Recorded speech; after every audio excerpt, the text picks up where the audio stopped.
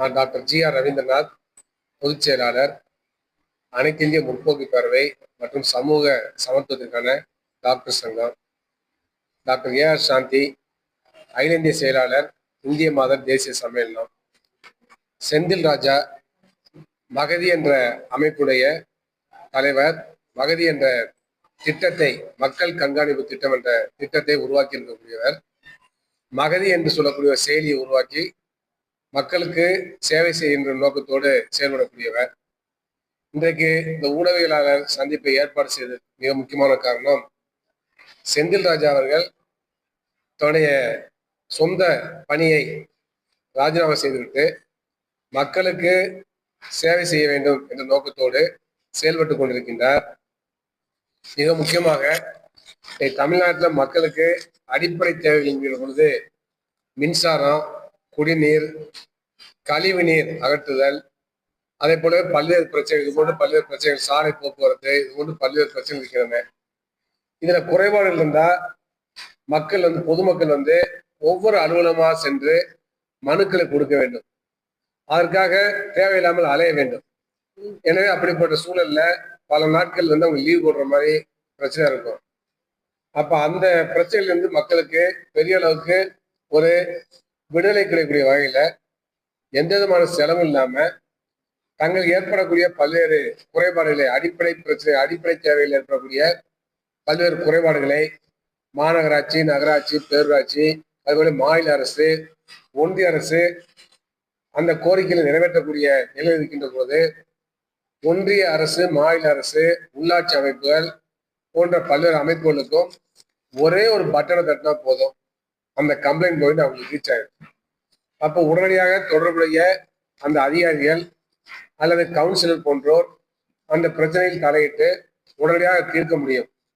அவ்வாறு தீர்த்தால் அவர்களுக்கும் மக்களுக்குமான நெருக்கம் அதிகரிக்கும். இன்னும் சொல்ல போனால் பொதுமக்கள் இந்த செயலியை பயன்படுத்தின பொழுது, இந்த மகதி செயலியை பயன்படுத்தின பொழுது பொதுமக்களுடைய அடையாளம் தெரியாது, யாரு கம்ப்ளைண்ட் பண்ணாங்கலாம் தெரியாது. அது அவர்களுக்கு ஒரு பாதுகாப்பையும் கொடுக்கிறது. எனவே சில நேரங்களில் யார் கம்ப்ளைண்ட் பண்றா அப்படின்னு வைத்துக்கொண்டு சில அரசியல்வாதி மிரட்டுகின்ற போக்கெல்லாம் செய்வாங்க. ஏன்னா அப்படிப்பட்ட ஒரு பிரச்சனை இங்க என்னாது.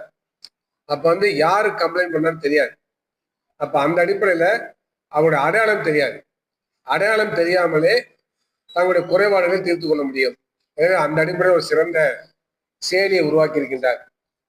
பல்வேறு செயலிகள் இருக்கிறது உங்களுக்கு தெரியும். ஒவ்வொருக்கும் ஏராளமான செயலிகள் இருக்கு.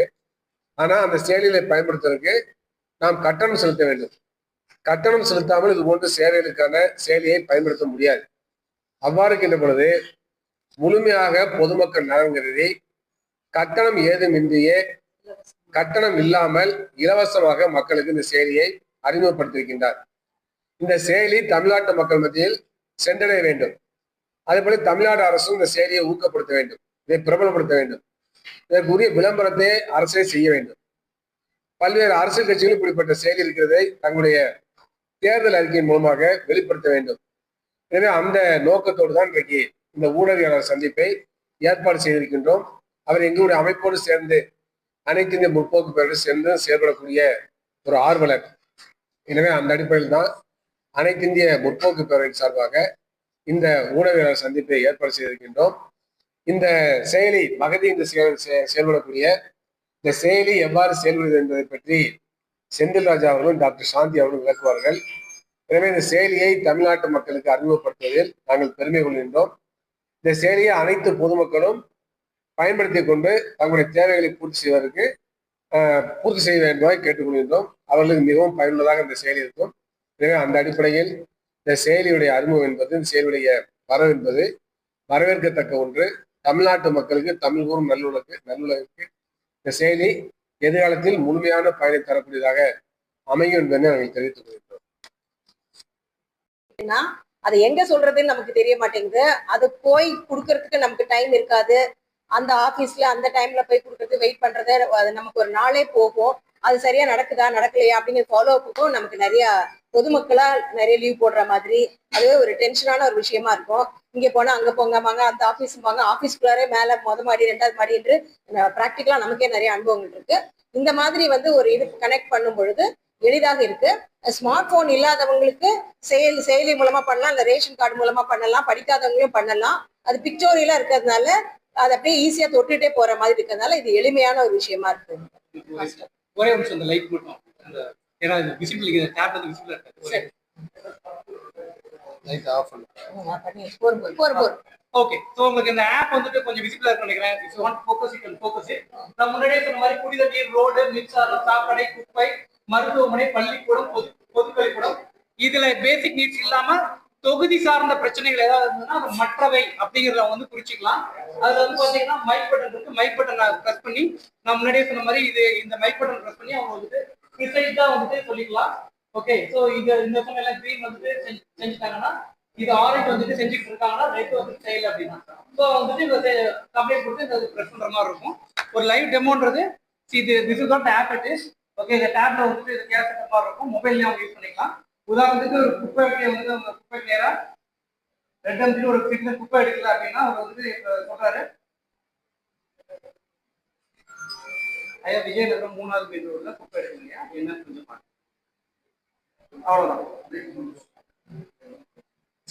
ஸோ இவ்வளவு குயிக்கா வந்துட்டு ஒரு வெளியில சிட்டிசன் வராரு, குப்பை எடுக்கல, அவர் பாக்குறாரு, ஆப் ஓபன் பண்ணி வித்தின் 15 செகண்ட், அதனால ஒரு நிமிஷம் சொல்றோம் ஒரு சேஃப்டி பர்பஸ்க்காக, வித்தின் மினிட் அவர் சொல்லலாம் இந்த வார்ட்ல இருந்து வந்ததுன்னு தெரியும், எந்த கார்ட்ல இருந்து வந்ததுன்னு தெரியாது.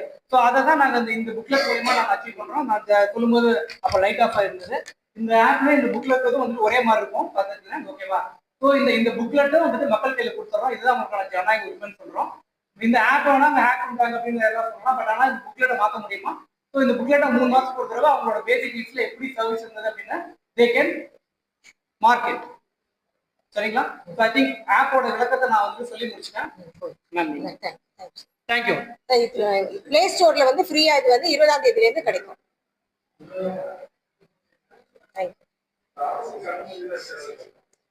அதுக்குதான் வந்து தேர்தல் அறிக்கையில இது பண்ணி அதை இன்வால்வ் பண்ண சொல்றோம். ஏன்னா இது ஒரு பெரிய வேலை. இவர் 6 மாசம் லீவ் போட்டு பண்ணிருக்காங்க. இதை வந்து ஃப்ரீயா தான் கொடுக்குறாங்க. ரெடியா ஒண்ணு இருக்கு, அதை பயன்படுத்திக்காங்க அப்படின்னு நம்ம சொல்ல வரோம். அவ்வளவுதான். இது மாதிரி இது மாதிரி பண்ணுங்க. இல்ல இது மாதிரி அரசாங்கம் கூட பண்ணலாம், பண்ண மாட்டேங்கிறாங்கதான் பிரச்சனை. மக்களுக்கும் கஷ்டம், அவங்களுக்கும் வந்துட்டு இப்ப நான் வந்து ஒரு வார்டு கவுன்சிலரா இருக்கேன், நான் ஒண்ணு பண்ணிட்டேன், ஆனா என்னுடைய எதிர்கட்சியில இருக்கவங்க இது எதுவுமே பண்ணலன்னு சொல்லும் பொழுது இல்லங்க நான் பண்ணிருக்கேன்னு சொல்றதுக்கும் யூஸ்ஃபுல்லா இருக்கும். அதே மாதிரி எதிர்கட்சி வந்து நான் பண்ணலன்னு ப்ரூவ் பண்றதுக்கு யூஸ்ஃபுல்லா இருக்கும். அது மக்களுக்கும் உடனே கிடைக்கும். இப்ப மெயினா வந்து இது எல்லாருக்குமான நன்மை, விரைவா பண்ணணும், சிஸ்டமேட்டிக்கா பண்ணணும். அது பண்ணிருக்காங்களா பண்ணலையா அப்படிங்கிறது ப்ரூஃபோட இருக்கணும் அப்படிங்கிறது தான். ஏன்னா இப்ப மக்கள் வந்து ஒரு விரக்தி நிலையில இருக்காங்க. அரசாங்கத்துல போய் என்னத்த சொல்றது, போனாலும் பொண்ணு கவனிக்க மாட்டாங்க, செய்ய மாட்டாங்க அப்படின்னு கம்ப்ளைண்டே கேட்க மாட்டாங்க. இதுதான் நிறைய இதுவா இருக்கு. அட்லீஸ்ட் நம்ம கம்ப்ளைண்ட் பதிவு பண்ணோம் அப்படிங்கிறது. அதிகமான ஒரு தெருவுல அதிகமான பேர் கம்ப்ளைண்ட் பண்றாங்க, ஒரு தொகுதியில அதிகமான பேர் கம்ப்ளைண்ட் பண்றாங்கன்னா அது 80% மேல போன சிஎம் வரைக்கும் போகும் பொழுது அது வந்து எடுத்துட்டு போயிட்டாங்க. சிஎம் கூட தெரிஞ்ச அப்ப அவரே பண்ணலன்னா அதுக்கும் ஒரு அக்கௌண்டபிலிட்டி வருங்கிறது. நன்றி. ஆமா, அது இது பிளே ஸ்டோர்ல வந்ததுக்கு அப்புறம் எல்லா அரசியல் கட்சி தலைவர்களையும் பார்த்து அவங்க தேர்தல் அறிக்கையில சேர்க்கிற மாதிரி சொல்லுவாங்க. அரசியல் கட்சி தலைவர்கள் சொன்னாலே சரியா இருக்கும்னு நினைக்கிறோம். மேயர் அது அவங்க எல்லாம் அடுத்த கட்டமா ஒரு கட்டமா பிளே ஸ்டோர்ல 20ஆம் தேதி வந்ததுக்கு பிறகு பண்ணலாம். அப்படிலாம் கிடையாது. இப்ப வந்து இப்ப ரெட் கலரா இருக்குன்னு வச்சுக்கோங்களேன், சாதகம். இப்ப வந்து ஒரு குப்பை வந்து எடுக்கவே இல்லைன்னா அது ரெட் கலராவே இருக்கும். அப்போ எல்லாருக்கும் தெரியும், அது வந்து இப்ப எல்லாருக்கும் தெரியும் அது ரெட் கலராவே இருக்கு, அந்த குப்பை எடுக்கப்படவே இல்லை அப்படின்ற மாதிரி. இப்ப குப்பை எடுக்கிறது, கழிவுநீர் தொட்டி இது பண்றது, இதெல்லாம் வந்து அன்றாட செய்யற வேலை. அவர் சொன்ன மாதிரி சாலை போடுறதுன்னு அது பட்ஜெட் வரணும். பட் இருந்தாலும் பட்ஜெட் ப்ரொபோசல் அனுப்பிச்சிருக்கோம், இந்த தெருவுல சாலை போடணும், அதையாச்சும் அவங்க சொல்லணும். எதுவுமே சொல்லாம இருக்க கூடாது அப்படிங்கிறதுக்காக தான் அந்த மாதிரி ஒரு பெரிய விஷயம். நீண்ட கால விஷயங்களுக்கு ஒரு 3 மாசம் டைம். அந்த 3 மாசத்துக்குள்ள நான் என்னென்ன ஸ்டெப் எடுத்திருக்கேன், நான் போய் பார்த்திருக்கேன், செஞ்சிருக்கேன், அவங்க பதிவு பண்ணணும். எல்லாருக்குமே அது தெரியற மாதிரி இருக்கும். பெரும்பான்மையான மக்களோட இது வந்துட்டு ஓட்டு போட்டதுக்கு அப்புறம் அரசியல் தலைவர்கள் சந்திக்க மாட்டேங்கிறாங்கன்ற ஒரு பாயிண்ட் இருக்கு பாத்தீங்களா? அந்த பாயிண்ட் இது வந்துட்டு கனெக்ட் பண்ணும் அப்படின்றதுதான் ஆணித்தனமானது.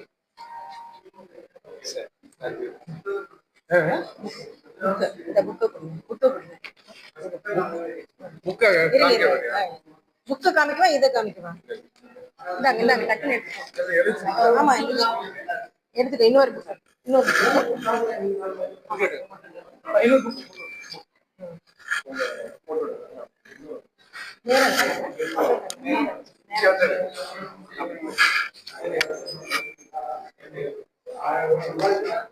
கேமரா